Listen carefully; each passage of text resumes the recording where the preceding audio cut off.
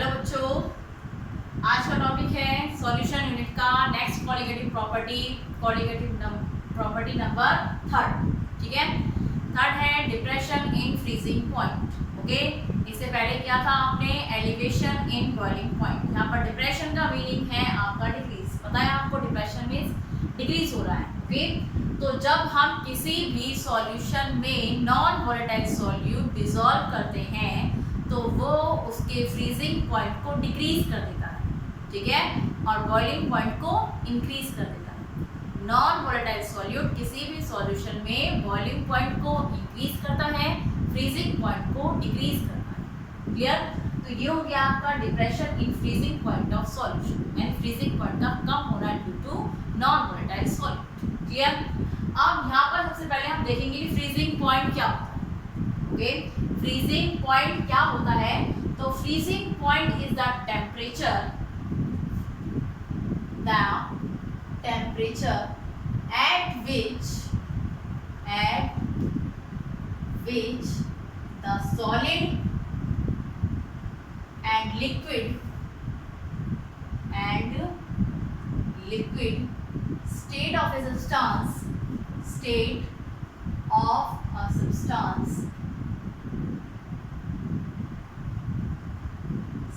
a substance have same vapor pressure.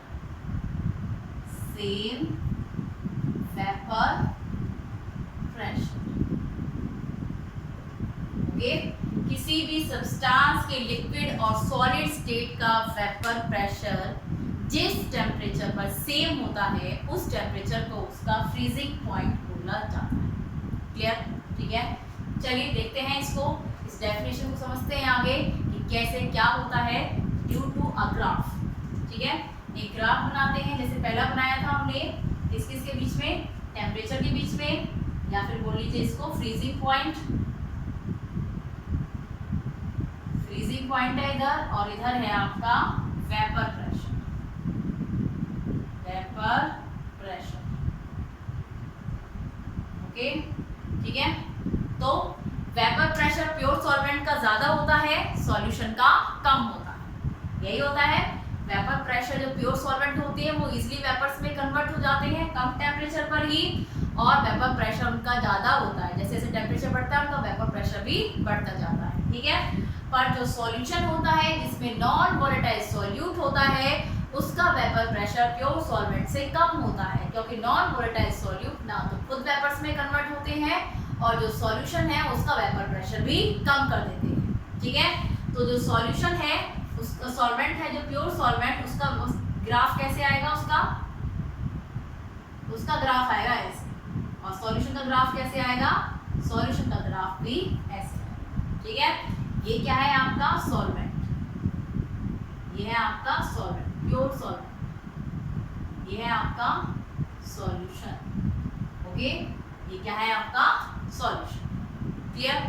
ठीक है, तो मान लीजिए इस टेम्परेचर पर हमें इसका ये जो है इस टेम्परेचर पर, ये टेम्परेचर है, इस टेम्परेचर पर हमें इसका वेपर प्रेशर देखना है। क्या देखना है? इसका वेपर प्रेशर। तो इसका वेपर प्रेशर ये होगा, ये है सॉल्यूशन का वेपर प्रेशर यहाँ पर, और इसी टेम्परेचर पर अगर हम इसका देखें सॉल्वेंट का, तो इसका वेपर प्रेशर क्या है, इसका वेपर प्रेशर ये है। तो सॉल्वेंट का वेपर प्रेशर ज्यादा है, सॉल्यूशन का वेपर प्रेशर कम। ये है, किसी भी टेम्परेचर पर आप देख लो तो सॉल्वेंट का वेपर प्रेशर ज्यादा होगा, सॉल्यूशन का वेपर प्रेशर कम होगा।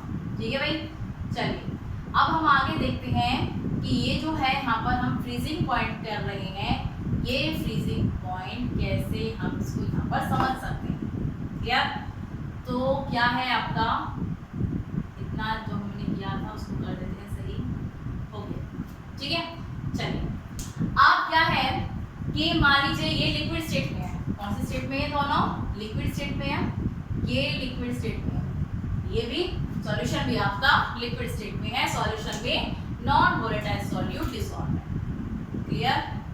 ओके, चलिए मान लीजिए इसी सब्सटेंस का कोई सॉलिड है, इसी सॉल्वेंट का जो सब्सटेंस हमने यहाँ पर लिया है, वाटर लिया है, कुछ भी लिया है, उसका सॉलिड जो सॉल्वेंट है उसका वेपर प्रेशर मान लीजिए आपका है, ये है उसका ग्राफ। क्या ग्राफ आ रहा है इसका, ये ग्राफ। ठीक है, इसका है सॉलिड का, ये है जी सॉलिड। ओके, तो सॉलिड का ये ग्राफ है और लिक्विड का ये ग्राफ है, और ये जो है ये टेम्परेचर, इस पर यहाँ पर ये जो वेपर प्रेशर है, ये वेपर प्रेशर, ये जो वेपर प्रेशर होगा यहाँ पर, ये वेपर प्रेशर इसका भी है, लिक्विड का भी है और इस सॉलिड का भी है। ठीक है, इस पॉइंट पर ये जो वेपर प्रेशर है आपका, ये जो वेपर प्रेशर होगा, ये वेपर प्रेशर, ये वेपर प्रेशर इस सॉल्यूशन का, इसका भी है प्योर लिक्विड का, जो लिक्विड स्टेट में है प्योर सॉल्वेंट, और इस सॉलिड का भी है। इन दोनों का ये जो वेपर प्रेशर है, इस टेम्परेचर को हम क्या बोलेंगे, इसका फ्रीजिंग पॉइंट बोलेंगे, जिसको हम रिप्रेजेंट करेंगे T0F से। इसे रिप्रेजेंट करेंगे T0F से, क्योंकि ये प्योर सॉल्वेंट का है, नॉट लगेगा। तो जिस टेम्परेचर पर किसी भी सब्सटेंस की लिक्विड और सॉलिड स्टेट दोनों का वेपर प्रेशर सेम आता है, जिस टेम्परेचर पर किसी भी सब्सटेंस के लिक्विड और सॉलिड स्टेट का वेपर प्रेशर सेम होता है, उस टेम्परेचर को उसका फ्रीजिंग पॉइंट बोला जाता है। ठीक है, यहाँ पर वेपर प्रेशर दोनों का सेम है इन दोनों स्टेट्स का, और इस टेम्परेचर को हम क्या बोलेंगे, उसका फ्रीजिंग पॉइंट। क्लियर? ठीक है, चलिए ऐसे अब हम सॉल्यूशन का देखते हैं। सॉल्यूशन का क्या होगा वेपर प्रेशर, ये यहाँ पर कट कर रहा है इसको, इसका ये वाला टेम्परेचर, इसको क्या बोलेंगे हम, TF। क्या बोलेंगे इसको, TF। क्लियर? ये TF है सॉल्यूशन का, यहाँ पर सॉल्यूशन का और ये सॉलिड का, इन दोनों का वेपर प्रेशर सेम है, और इस टेम्परेचर को इसका फ्रीजिंग पॉइंट बोला जाएगा। और इन दोनों का जो डिफरेंस होगा उसको बोलेंगे हम डेल TF बोलेंगे, यानी डिप्रेशन इन फ्रीजिंग पॉइंट। क्या बोलेंगे, depression in freezing point. Clear? ठीक है, तो यहाँ पर ये डेल TF है, इसको कैसे रिप्रेजेंट कर सकते हैं हम, del TF is equal to क्या होगा, T0F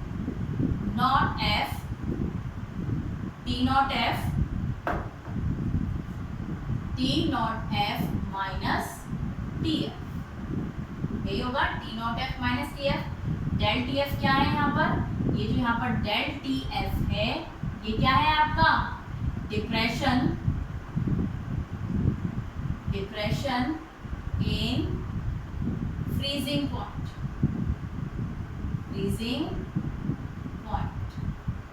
क्लियर? और ये जो ये जो है T0F है, ये क्या है, freezing point of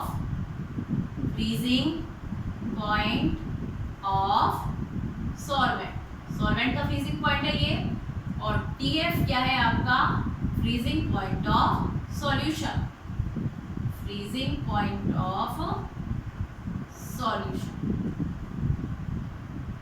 clear? Okay, ये सारी टर्म्स हमें पता चल गई, ये क्या है, ये क्या है और ये क्या है, और ये कैसे लिखना है। ठीक है, हो गया इतना। तो ये क्या है आपका फ्रीजिंग पॉइंट है। तो फ्रीजिंग पॉइंट क्या होता है, वो टेम्परेचर जिस पर सॉलिड और लिक्विड, किसी भी सब्सटेंस की दो स्टेट सॉलिड और लिक्विड, उनका वेपर प्रेशर सेम हो जाए। ठीक है, जैसे ये है आपका लिक्विड, ये ग्राफ आ रहा है कि यहाँ पे इसका वेपर प्रेशर, जैसे जैसे इसका टेम्परेचर बढ़ रहा है, इसका वेपर प्रेशर बढ़ता जा रहा है। इधर वेपर प्रेशर बढ़ रहा है ऊपर की तरफ, इधर टेम्परेचर बढ़ रहा है, टेम्परेचर बढ़ रहा है, वेपर प्रेशर बढ़ता जा रहा है। ठीक है, ओके। फिर ये क्या है, किसी सॉलिड का, इसीलिए सब्सटेंस के सॉलिड का ग्राफ है, ये ऐसे इसका ग्राफ बनता है। ठीक है, तो सॉलिड का ग्राफ और लिक्विड का ग्राफ, यहाँ पे इन दोनों का ये जो वेपर प्रेशर है ये सेम है, सॉलिड का भी और लिक्विड का भी। जहाँ पर इन दोनों का वेपर प्रेशर सेम होता है, उस टेम्परेचर को उसका फ्रीजिंग पॉइंट बोला जाता है। तो ये किसका है, सॉल्वेंट का है, तो ये T0F सॉल्वेंट का हो गया ये फ्रीजिंग पॉइंट, और ये सॉल्यूशन का है, ये सॉल्यूशन का ग्राफ जा रहा है भाई, और ये सॉलिड का ग्राफ जा रहा है। सॉल्यूशन भी लिक्विड स्टेट में है आपका, ये भी कौन सी स्टेट में है आपका, लिक्विड स्टेट में है। ठीक है, और ये इसका सॉलिड स्टेट है। तो इन दोनों का ये जो टेम्परेचर, यहाँ पर वेपर प्रेशर दोनों का सेम है, यहाँ पर इस पर पॉइंट पर क्या वेपर प्रेशर सेम है, तो इस टेम्परेचर को इसका फ्रीजिंग पॉइंट है ये सॉल्यूशन का। क्लियर? ठीक है, तो ये हो गया आपका फ्रीजिंग पॉइंट। नेक्स्ट वही जैसे आपको करवाया था वो, उसमें एलिवेशन इन बॉइलिंग पॉइंट में कि एक्सपेरिमेंटली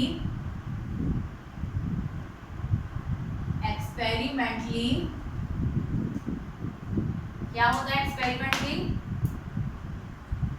जो हमारा डेल टी एफ होता है, del T F is directly proportional to M, इसके डायरेक्टली प्रोपोर्शनल होता है, एम के डायरेक्टली प्रोपोर्शनल होता है, M means molarity.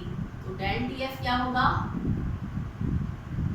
Del T F is directly proportional to number of moles of solute, moles of solute upon में weight of solvent in KG, solvent in KG. तो number of moles पे depend कर रहा है, directly proportional number of moles के, तो ये क्या है, एक कोलिगेटिव प्रॉपर्टी है। तो डेल टी एफ यानी depression in freezing point is a colligative property, यहाँ से बन सकता है। और इसको हम क्या कहते हैं, देखिए आगे ये जो प्रोपोर्शनलिटी साइन है, इसको हटाकर अगर हम प्रोपोर्शनलिटी कांस्टेंट लगा दें, एक के एफ, क्या लगा दिया, के एफ इंटू एम, ओके, के एफ इंटू एम लगा दिया। तो यहाँ पर ये जो के एफ है ये प्रोपोर्शनलिटी कांस्टेंट है, कांस्टेंट है, constant is called molar depression, molar depression constant, okay. Molar elevation था वो, ये क्या है आपका, molar elevation in boiling point था वो, इसको क्या बोलेंगे, molar depression in freezing point भी बोल सकते हैं, या फिर कांस्टेंट बोलो, molar depression in freezing point, molar elevation constant या मोलर डिप्रेशन कांस्टेंट, ठीक है, मोलर डिप्रेशन कांस्टेंट ही बोलिए, चलिए ठीक है, होंगे बेटा ये मोलर डिप्रेशन कांस्टेंट, क्लियर। और इसको हम, मोलर डिप्रेशन कांस्टेंट है, इसको हम किसे रिप्रेजेंट करते हैं, के एफ से, किसे रिप्रेजेंट करते हैं हम, इसको के एफ से रिप्रेजेंट करते हैं इस कांस्टेंट को, मोलर डिप्रेशन कांस्टेंट। और इसको बोला जाता है क्रायोस्कोपिक कांस्टेंट, क्रायोस्कोपिक कांस्टेंट भी इसको बोला जाता है। बहुत अजीब अजीब से नाम होते हैं साइंटिस्ट के, उन्हीं के नाम पर इन कांस्टेंट को इन्होंने इन्वेंट किया था, तो क्रायोस्कोपिक कांस्टेंट भी इसको बोला जाता है, ठीक है बेटा। तो ये हो गया आपका depression in freezing point of a solution, इतना यहाँ तक आया समझ में, ठीक है। इसके बाद अगर किसी भी सॉल्यूशन की मोलारिटी 1 होती है, m is equal to unity हो जाए, 1 हो जाए, तो क्या होगा, तो क्या होगा, देखते हैं क्या होगा, when m is equal to 1, यानी मोलारिटी क्या हो जाए आपकी, यहाँ से आपकी मोलारिटी 1 हो जाए, ये m क्या है 1 हो जाए, तो kf क्या हो जाएगा बेटा आपका, kf is equal to del tf, okay. तो आप kf को कैसे डिफाइन कर सकते हो, इसको कैसे डिफाइन कर सकते हो, kf यानी molar depression constant is defined as the depression in freezing point, क्या लिखोगे, depression in freezing point, FP लिख दिया मैंने फ्रीजिंग पॉइंट को, freezing point of a solution, when molarity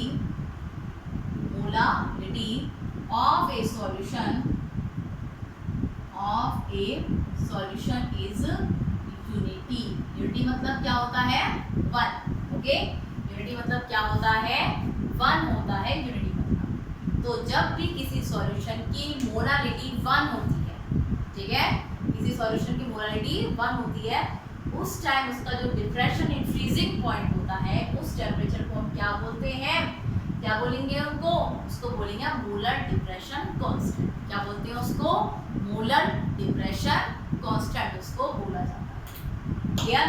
तो ये हो गया आपका depression in freezing point of a solution. इससे पहले था जो एलिवेशन इन बॉइलिंग पॉइंट, और ये जो है डिप्रेशन फ्रीजिंग पॉइंट, रिलेट करते हैं आपस में, थोड़ा से सेम है, सिमिलर है, और थोड़ा सा इनका कॉन्सेप्ट अलग है, वाला क्या है ये सिमिलर से, ओके, ठीक है। चलिए अब जैसे ही हमने वहां पर किया था determination of molecular mass of solute, ऐसे ही हम यहाँ पर इसका मॉलिक्यूलर मास ऑफ सॉल्यूट निकालेंगे from depression in freezing point.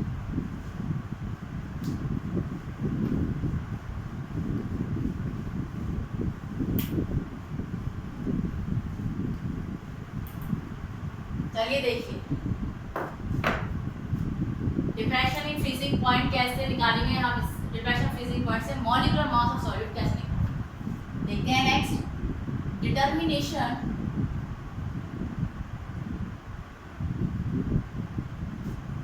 Of molecular mass of solute. क्या होता है molecular mass of solute? mv from depression in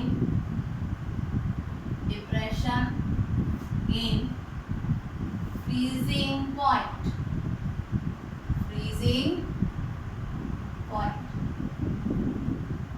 depression in freezing point. चलिए देखते हैं क्या है डिप्रेशन फ्रीजिंग पॉइंट। क्या होता है? Del TF is directly proportional to m।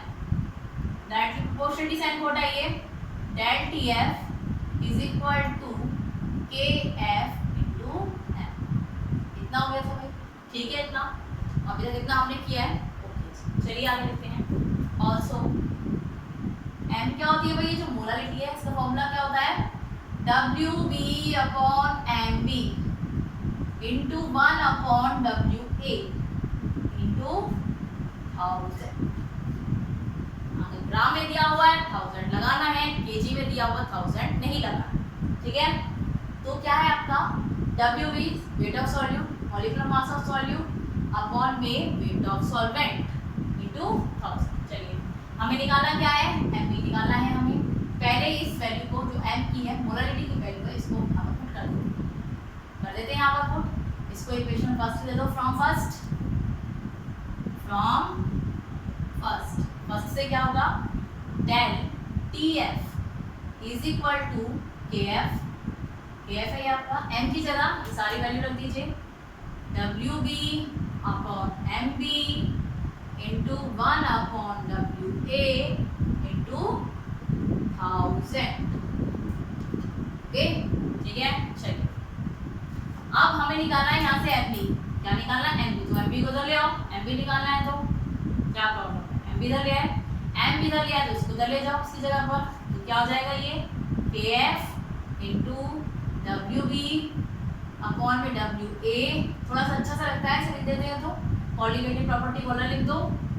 1 upon del TF into 1000 हो गया, ठीक है। तो ये मॉलिक्यूलर मास ऑफ सॉल्यूट निकालने का फॉर्मूला ट्राई। इससे हम न्यूमेरिकल्स में हमें इससे हेल्प मिलेगी इस फॉर्मूले से। इसके ऊपर बेस्ड न्यूमेरिकल भी करेंगे हम कॉलिगेटिव प्रॉपर्टी के ऊपर बेस्ड। तो ये MB का फॉर्मूला हो गया, यानी molecular mass of solute from depression in freezing point. Okay, तो यहाँ से हमारा ओवर रिजल्ट क्या निकलता है? जो वेट ऑफ सॉल्यूट है वो कॉलिगेटिव प्रॉपर्टी के इनवर्सली प्रोपोर्शनल है। कॉलिगेटिव प्रॉपर्टी के इनवर्सली प्रोपोर्शनल, यानी डेल TF के इनवर्सली प्रोपोर्शनल। क्लियर? ओके, तो सेम जैसा ही हमने एलिवेशन इन बॉइलिंग पॉइंट में किया था वैसा ही हमने depression in freezing point. Okay, similar है, बस थोड़ा थोड़ा सा इनका बॉइलिंग पॉइंट फ्रीजिंग पॉइंट का जो कॉन्सेप्ट है वो क्लियर होना चाहिए, अदरवाइज में कोई भी प्रॉब्लम नहीं आती। ठीक है जी, तो ये आपकी यहाँ पर 3 कॉलिगेटिव प्रॉपर्टी खत्म हो जाती है। 4th colligative property osmotic pressure, जो कि हम नेक्स्ट लेक्चर में करेंगे। ठीक है।